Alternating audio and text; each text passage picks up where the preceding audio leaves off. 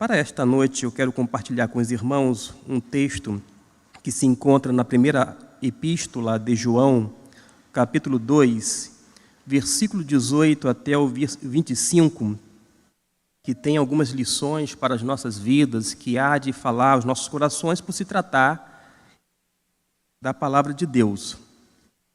1 João, capítulo 2, versículo 18 até o versículo de número 25. E diz assim a palavra de Deus aos nossos corações nesta noite: Filhinhos, esta é a última hora, e conforme ouvistes que vem o anticristo, já muitos anticristos se têm levantado, por onde conhecemos que é a última hora. Saíram dentro nós, mas não eram dos nossos, porque se fosse dos nossos, teriam permanecido conosco. Mas todos eles saíram para que se manifestasse que não são dos nossos. Ora, vós tendes a unção da parte do Santo, e todos tendes conhecimento. Não vos escrevi porque não soubesseis a verdade, mas porque a sabeis e porque nenhuma mentira vem da verdade. Quem é o mentiroso, senão aquele que nega que Jesus é o Cristo? Esse mesmo é o anticristo, esse que nega o Pai e o Filho. E qualquer que nega o Filho também não tem o Pai. E aquele que confessa o Filho tem também o Pai. Portanto, o que desde o princípio ouvistes, permaneça em vós. Se em vós permanecer, o que desde o princípio ouvistes, também vós permanecereis no Filho e no Pai. E esta é a promessa que Ele nos fez, a vida eterna. Que Deus, portanto, abençoe essa porção lida aos nossos corações e que nós possamos aplicar as instruções espirituais da parte de Deus. Amados irmãos, prezados ouvintes da palavra do Senhor, enquanto preparava essa mensagem, eu fiz uma oração. O desejo realmente do meu coração era fazer com que Cristo Jesus se tornasse mais conhecido de maneira mais clara por todos os homens, por todas as pessoas que estão ouvindo nesse momento a palavra de Deus, quer de forma presencial quanto online. E também que Cristo Jesus fosse cada vez mais amado com todas as nossas entranhas, com todas as nossas emoções, o nosso sentimento, enfim, com todo o nosso ser, de modo que Cristo Jesus seja seguido por cada um de nós, ouvintes da palavra de Deus, de maneira mais próxima, isto é, seguir Jesus mais de perto. Quando falo seguir Jesus mais de perto, nós temos milhares de seguidores de Cristo Jesus, mas muitos estão tão distantes de Cristo Jesus, da sua presença, da sua pessoa bendita.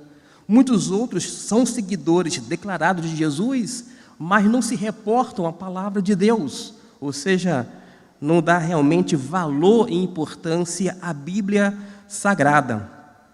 E quando a gente começa a tratar esse texto, que é de autoria de João, o apóstolo amado, a gente vai observar que naquele período que ele escreveu, mais ou menos no ano 100, havia uma situação um tanto triste, eu diria caótica. Estava mais ou menos a segunda ou terceira geração de crentes, e naquela cidade onde ele escrevia, aquela comunidade cristã estava abandonando literalmente a sua paixão por Cristo Jesus. As pessoas estavam perdendo o entusiasmo, isso mesmo, o entusiasmo de Jesus ou por Jesus já estava desaparecendo, a ponto de o próprio Cristo Jesus, em sua revelação, segundo João, lá em Apocalipse, dizer que a comunidade em Éfeso estava deixando o quê? O primeiro amor.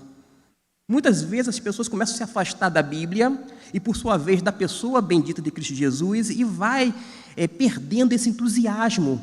A pessoa até fala de Jesus, mas não fala com a mesma paixão, com o mesmo amor, com a mesma devoção, com a mesma, enfim, piedade que havia em seu coração quando encontrou-se com Cristo Jesus, quando recebeu a salvação, quando recebeu o perdão dos pecados. E naquela comunidade havia, digamos assim, um certo incômodo, quando não um aborrecimento por parte de alguns crentes, porque o cristianismo estava colocando algumas condutas que eram, portanto, necessárias para cada um deles. Mas alguns estavam distanciando de Cristo, deixando o primeiro amor e, por sua vez, dando de ombros para os ensinos de Cristo. Logo, a conduta deles estava muito aquém da perspectiva cristã. Não era aqui a grande questão, o perigo, a perseguição. Não neste momento que João escreve essa carta. A igreja não estava perseguida, não estava sendo perseguida, portanto. O perigo era da sedução, porque surgiu dentro da comunidade cristã falsos mestres. O perigo não estava fora, o perigo estava dentro, por conta, por sua vez, dos falsos ensinos. Para se ter uma ideia, o perigo não se baseava na questão do judaísmo, até por causa de que, segundo Atos capítulo 15, o judaísmo, de uma vez por todas, se dividiu, né, e houve aquela separação entre o judaísmo e cristianismo, de uma forma mais clara, vamos dizer assim. A questão não era o judaísmo, a questão era o gnosticismo, porque as pessoas daquela época estavam dentro das igrejas, alguns deles eram falsos mestres, estavam trazendo ensinos não cristãos, mas do gnosticismo. E os gnósticos, eles desprezavam o corpo, porque eles diziam que o corpo era de natureza má, era a prisão da alma. Agora, o espírito, diziam eles, o espírito é bom. E eles negavam, por conta disto, que Cristo Jesus tinha assumido a forma humana, porque como Jesus, sendo Filho de Deus, vai assumir um corpo que é ruim, que é nocivo, que é mau, digamos assim. A matéria é má, o espírito é bom e o espírito precisa se libertar do corpo, porque eles vinham como se fosse uma prisão. Esses falsos mestres surgiram, como eu disse, dentro da igreja cristã. Que coisa triste, mas coisa interessante na observação. Porque muitas vezes, as pessoas focam muito lá fora, quando às vezes o perigo está bem próximo da gente, mas não é necessariamente por conta das pessoas, porque nós não lutamos contra carne nem sangue. A questão é se manter fiel a Cristo Jesus, leal aos seus ensinos, e entender que a gente precisa realmente se ater à palavra do Senhor, jamais aos engodos, por mais que sejam propalados como se fossem verdadeiros. Esses homens que nasceram, repito, dentro da igreja, que eram falsos mestres, falsos cristãos, por isso, eles nasceram na igreja segundo 1 João 2,19, mas eles saíram pelo mundo e para o mundo. Por que eles não permaneceram na igreja? Porque eles não eram regenerados, eles não tinham nada de essência realmente evangélica, ele não tinha a centelha, tampouco vou dizer assim, essa essência divina. Nasceram na igreja, mas eles saíram por completo, e graças a Deus por isso, da igreja. Porque João vai dizer, todos eles saíram. Note bem, eles não foram, digamos assim, excomungados, desligados do rol de membro. Eles não foram, enfim, excluídos, como alguns podem supor, mas eles voluntariamente saíram porque eles entenderam que eles não tinham nada a ver com aquilo que era ensinado a partir de Cristo. Mas, mesmo assim, eles continuaram com seus falsos ensinos. Saíram pelo mundo ensinando um monte de coisas que não tinha nada a ver com o Evangelho de Deus. Eles procuravam, por isso, fora da igreja, contaminar, de alguma forma, o Evangelho de Cristo. Não é à toa, porque, como eles eram falsos crentes, ou falsos mestres, eles queriam negar o caráter messiânico de Jesus. Quando a gente fala Jesus, a gente sabe que Jesus é um nome. Cristo não é um sobrenome, Cristo é um título, ungido. Jesus é um ungido de Deus. E eles negavam que Jesus era o Cristo, que Jesus era realmente aquele que era o equivalente ao Messias. E eles estavam negando essa natureza, esse caráter messiânico de Jesus. Mas, como eu disse, eles continuavam também negando, quando eles saíram da igreja fora, continuaram negando a encarnação. O corpo continuava sendo mau, e eles negavam a encarnação e, por sua vez, também, pasme, a realidade corporal, do corpo físico, isso mesmo, de Jesus. É como se Jesus fosse, digamos assim, um fantasminha. Muitos de nós acompanhou aquele desenho animado Fantasminha, o Gasparzinho, que era o Fantasminha camarada, e as pessoas até achavam, bom, até que o ensino de Jesus é bonzinho, mas Jesus não assumiu a forma humana segundo esses gnósticos. Eles iniciaram esse ensino nocivo dentro da igreja e prolongou esse ensino fora da igreja, tentando negar essa realidade. A partir desse ensino gnóstico, a gente vai observar que eles estavam apregoando que Jesus não tinha uma substância física. Jesus, portanto, era só aparência. Ele negava a encarnação de Cristo, porque nós sabemos que João vai dizer que o Verbo se fez carne e habitou entre nós. O Verbo, que alude à pessoa de Jesus, ele habitou entre nós cheio de graça e de verdade.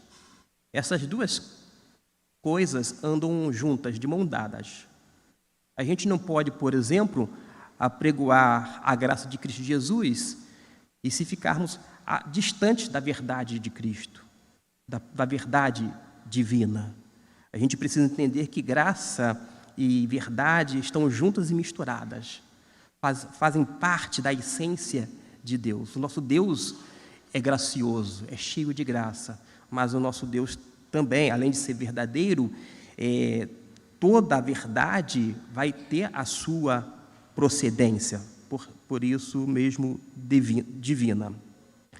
Mas ainda havia uma forma, digamos assim, sutil e até mesmo perigosa por outros grupos heréticos daquela época que João estava vendo e ouvindo e sabendo dessas informações, chegava até ele e que acabava adentrando a Igreja de Cristo, e as pessoas que queriam seguir a Cristo Jesus, que diziam o seguinte, seguidores de Cerinto, eles diziam que havia uma distinção entre Jesus, o humano, e o Cristo divino.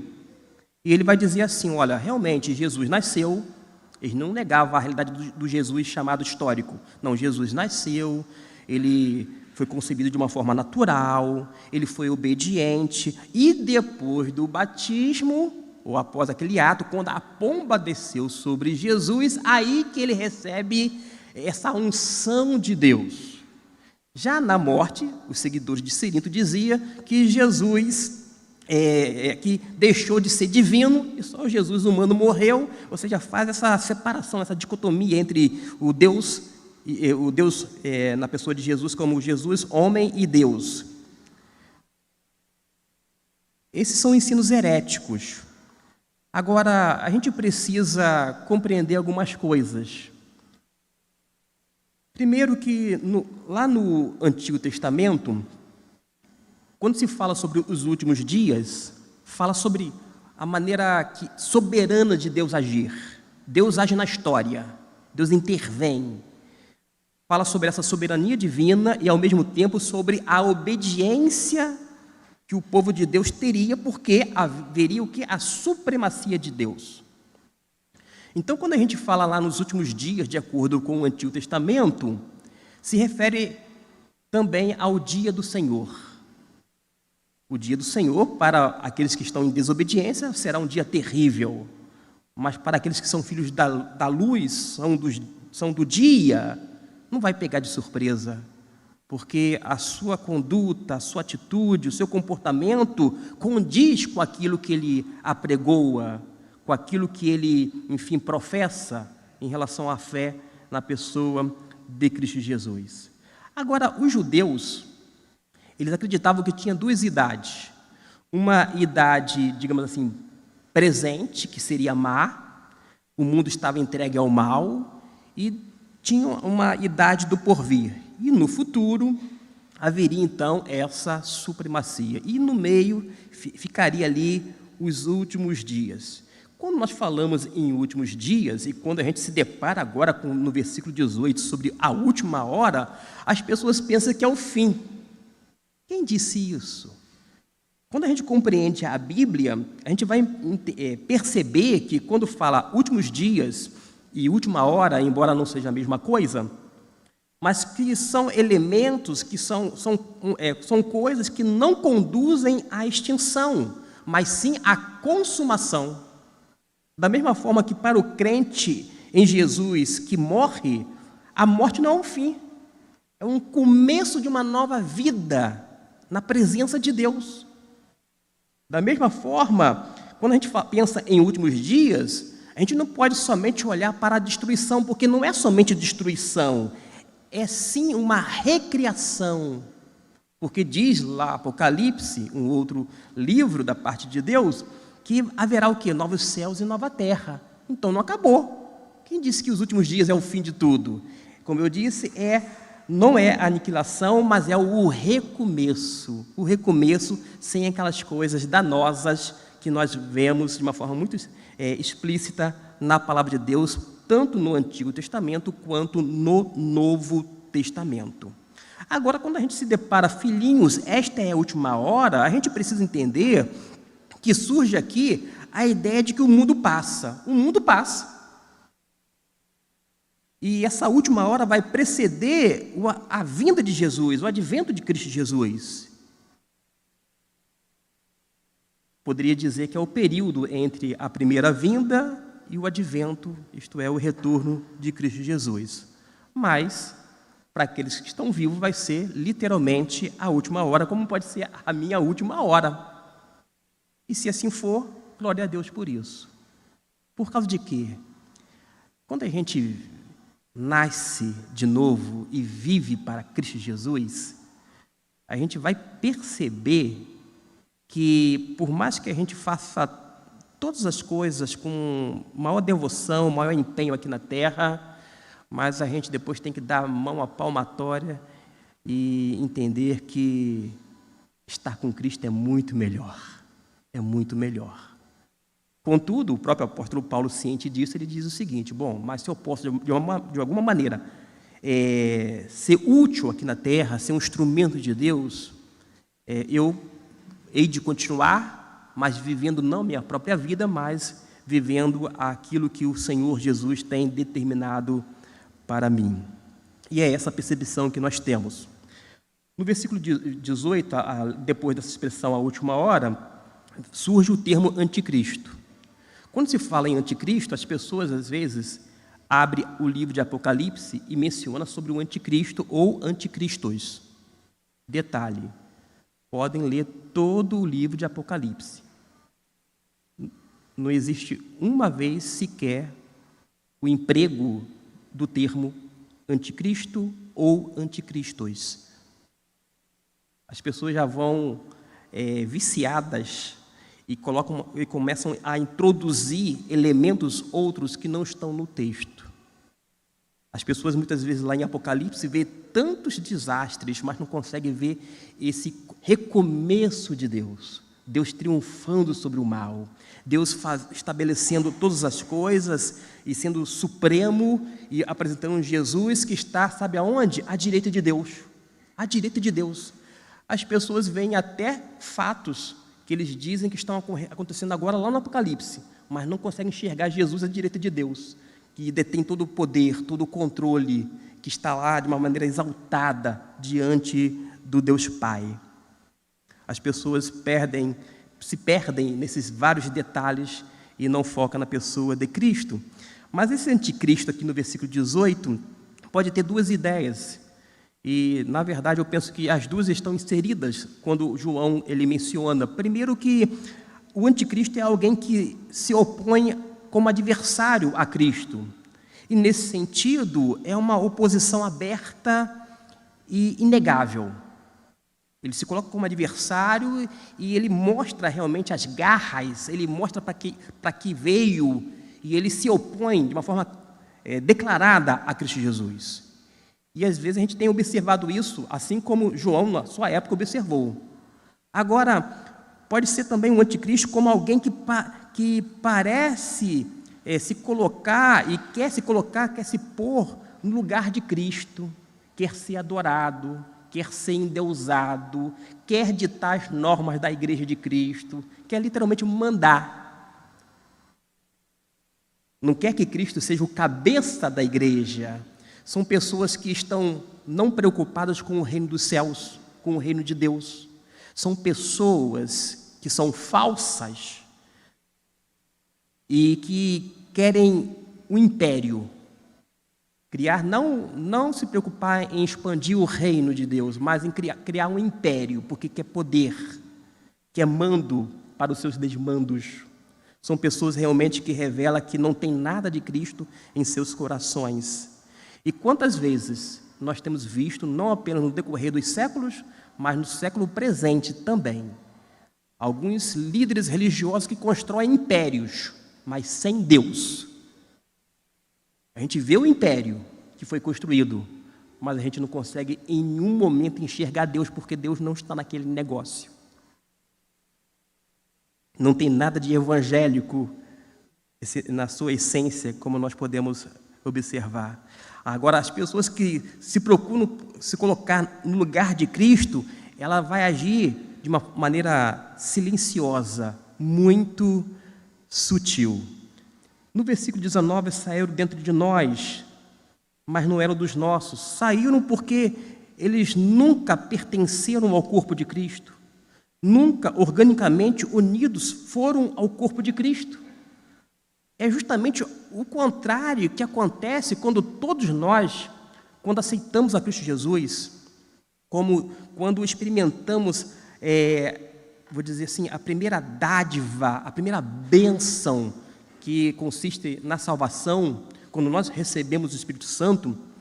Segundo Paulo, 1 Coríntios 12, versículo 13, vai dizer que nós fomos incorporados, nós fomos introduzidos no corpo de Cristo, nós passamos a fazer parte da igreja de Deus. Mas estas pessoas aqui, por serem falsas, por serem apóstatas, elas sequer pertenceram organicamente ao corpo, porque elas não estavam unidas.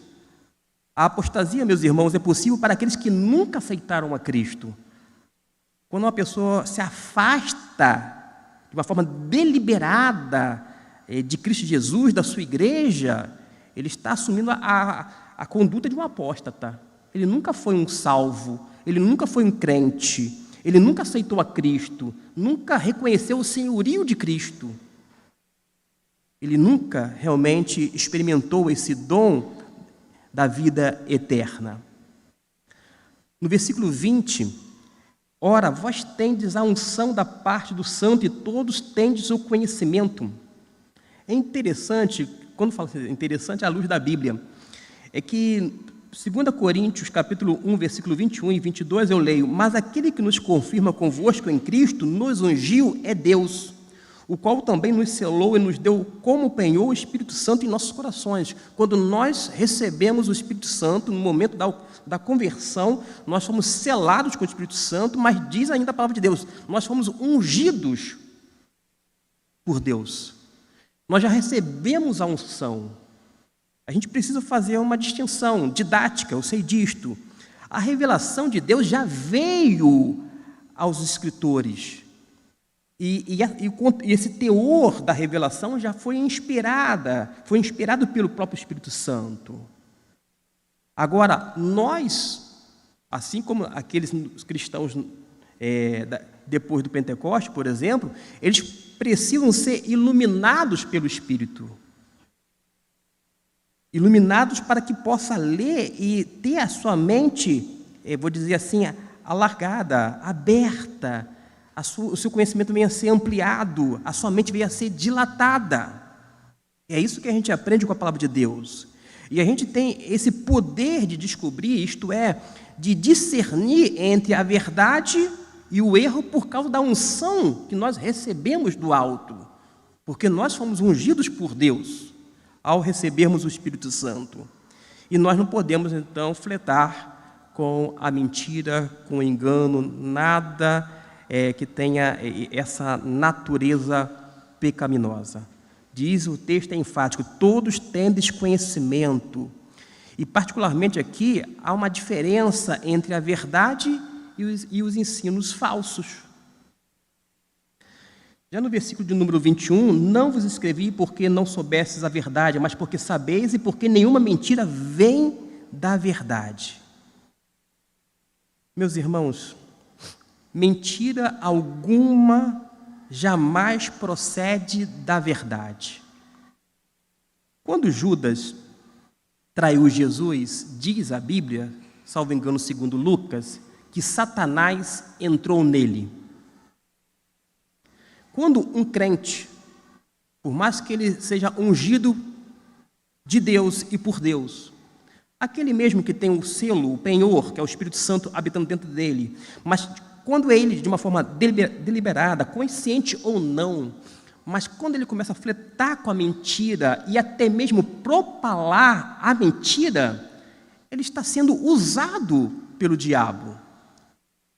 Ele que deveria o tempo inteiro ser instrumento de Deus, ele está sendo, na verdade, naquele momento, sendo um instrumento de Satanás, porque a mentira jamais vai proceder da verdade. E toda mentira vai ter a origem no diabo. E, portanto, é alheio à verdade que os leitores aqui conheciam, que João ensinava e que nós aprendemos nesta noite. No versículo 22, quem é o mentiroso, senão aquele que nega que Jesus é o Cristo? O anticristo é aquele que nega que Jesus é o Cristo, conforme nós já falamos aqui, os gnósticos e outros grupos daquela época. Agora, no versículo 24, fala assim: portanto, que desde o princípio ouvistes, permaneça em vós. Se em vós permanecer o que desde o princípio ouviste, também vós permanecereis no Filho e no Pai. Porque Jesus é a revelação do Pai. Quanto a vós, aqui a expressão é uma ênfase em vós, que vai contrastar os verdadeiros crentes dos falsos mestres. E estes, segundo Judas, não têm o Espírito de Deus. E alguém vai dizer assim: como é que então que os falsos mestres, pessoas que são apóstatas, elas acabam realizando, quando não milagres e sinais, eles agem com poder demoníaco, eles agem e são agentes e instrumentos de Satanás, e Satanás opera também falsos milagres, falsos sinais, para desvirtuar as pessoas de quem? De Cristo Jesus. O que ouvistes dele desde o princípio, isto é, as verdades fundamentais do Evangelho. Já estou caminhando para o final, meus irmãos, e digo aqui com um senso de responsabilidade aguçada. Eu nunca vi propensa à superstição, me refiro ao meio ou arraial religioso. Quanta superstição e crendice há em nosso meio. Eu nunca vi e jamais imaginei viver para ver isso, pessoas que até os dias de hoje estão seguindo profetas, revelações, profecias, tudo fora da Bíblia. São pessoas que fazem até peregrinação a determinadas pessoas que usam o nome de Deus. Mas durante o ano, não lê sequer o Antigo Testamento, tampouco o Novo Testamento. Não tem compromisso com a palavra de Deus, mas estão seguindo os sinais, os acontecimentos. E perdem o foco de quem? Da pessoa de Cristo Jesus. Agora, se a gente permanecer nas verdades fundamentais do Evangelho. Agora, por outro lado, dentro do cristianismo, ainda no cenário brasileiro, nós temos encontrado denominações de outras, vou dizer assim, confissões dentro do cristianismo, que por mais que sempre divulgou revelações, isso, aquilo, outro, elas estão agora chamando a atenção. Gente, a gente acredita nisso tudo, como se fosse, ou como uma ação do Espírito, mas tenhamos muito cuidado, porque há falsos mestres, há falsos ensinos. E alguém vai dizer assim, mas por que Cargas d'Água, nessa quarta-feira, o pastor Gustavo traz uma trilogia, é a terceira vez que eu trago, não nessa ordem, numa quarta-feira, mas sobre falsos profetas. Por quê? Eu leio Pedro fala sobre falsos profetas e, por sua vez, falsas profecias. Eu leio a carta de Judas, aquela carta tão esquecida por muitos crentes nos dias atuais, fala sobre falsos profetas e falsas profecias, falsos mestres. E diz ainda, como eu já disse, que são pessoas que não têm sequer o Espírito Santo de Deus, mas fazem, acontece, mas não, as operações não vêm do Espírito Santo, é de engano, a fonte de engano, a fonte é Satanás. E você se depara aqui, então, com 1 João, a gente vai ver mais um alerta. E para a gente não ficar apenas nas epístolas, quando a gente vai lá para o Evangelho, nós estamos lendo, já terminando o Evangelho de Marcos, nós já passamos também sobre alguns rumores de sinais falsos no meio do próprio cristianismo. E isso soa-me como um alerta, porque, não sei, mas talvez depois da pandemia, muitos de nós já ouvimos, quem sabe, 500 pregações online. Mas, como eu disse, para minha tristeza, não leu a Bíblia toda nesse período. Houve 500 pregações, ou seja, acerca da palavra de Deus, mas não separa tempo, não dedica tempo, não dá atenção ao que Deus diz.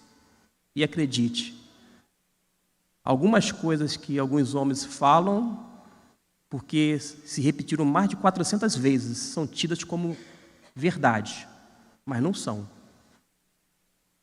Uma mentira repetida inúmeras vezes não se torna verdade. Agora, garanto aos irmãos, se a gente se reportar dia após dia, semana após semana, mês após mês, ano após ano, a palavra de Deus, a gente, a partir da verdade pura e cristalina, a gente vai poder identificar tudo aquilo que é falso, tudo aquilo que é enganoso, tudo aquilo que é erro, tudo aquilo que não vem de Deus, tudo aquilo realmente que não condiz com aquilo que está na palavra do Senhor. No versículo 25, e esta é a promessa, que Ele nos fez a vida eterna.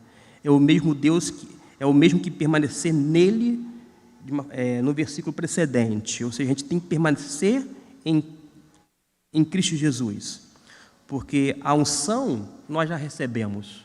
O que nós precisamos nos dias atuais, como eu disse, não é de mais revelação, tampouco de revelamento. Não sei se estou criando um neologismo. Nós não precisamos de revelações extrabíblicas.